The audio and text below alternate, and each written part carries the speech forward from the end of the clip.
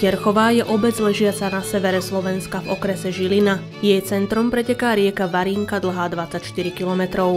Terchová je typickou kopaničiarskou obcou s veľkým počtom osád. Tou najznámejšou je osada u Jánošov, kde sa narodil legendárny Juraj Jánošík.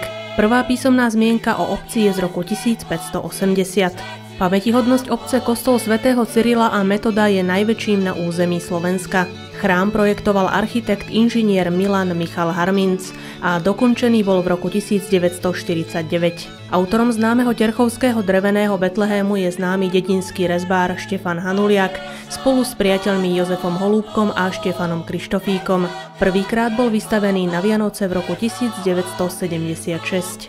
Terchová patrí medzi najvýznamnejšie strediská turistického ruchu na Slovensku, je hlavným východiskom do Vrátnej doliny a Malej Fatry.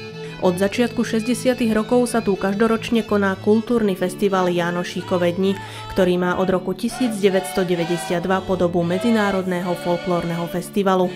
Z ďalších podujatí je známy napríklad Country Fest Rozmarín, Terchovský Budzogáň a ďalšie. V obci sa pravidelne konajú celoslovenské cyrilometodské dni a toto pútnické miesto obohacuje krížová cesta, ktorej autorom je terchovský rodák, akademický sochár Milan Opalka.